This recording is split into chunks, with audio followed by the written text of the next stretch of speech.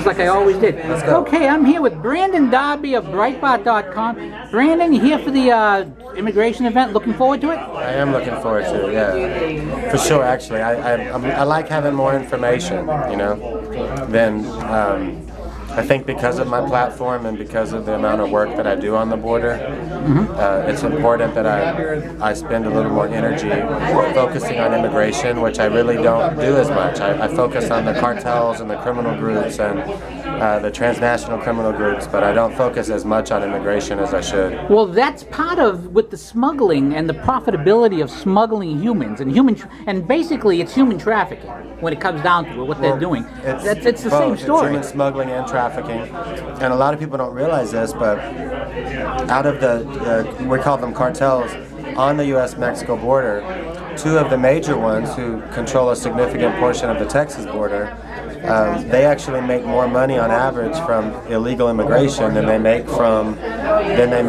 narcotics.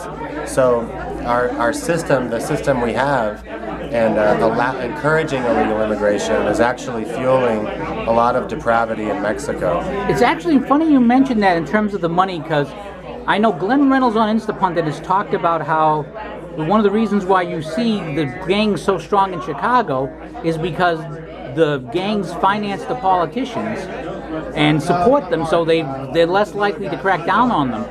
Is the money could that money be one of the reasons why we're not willing to enforce that immigration laws? Or is that jumping to too far a conclusion? I think that's too far.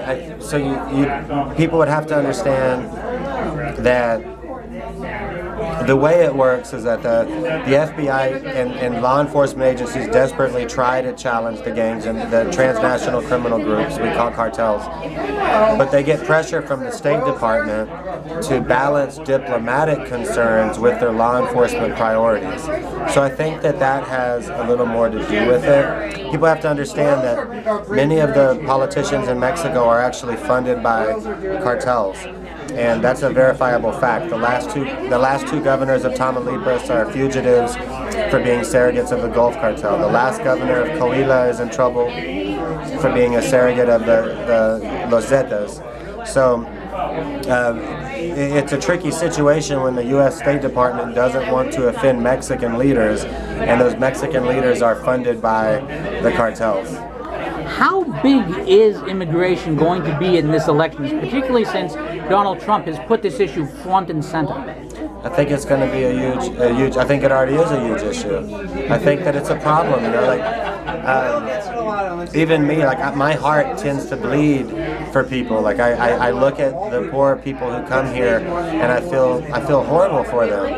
But I also understand that probably 20 to 30% of the people who come here are not good people, and even the ones who are good people, we still are a nation of laws, and that's what separates us from Mexico, is the fact that we are a nation of laws. So to disregard the law, it's not only does it tear apart the fabric of who we are, but it also poses a number of significant risks for our safety. Not to mention condescending to people from Mexico, saying, I don't expect you to be respectful of our laws, because it's not like saying that someone's inferior. It's a soft bigotry, yes. Well, Brandon, I don't want you to go before plugging the website and what you do. So where can people find your writing? I'm the managing director of Breitbart, Texas, and then I'm also the editor for our border coverage and for our cartel coverage. That's what I do.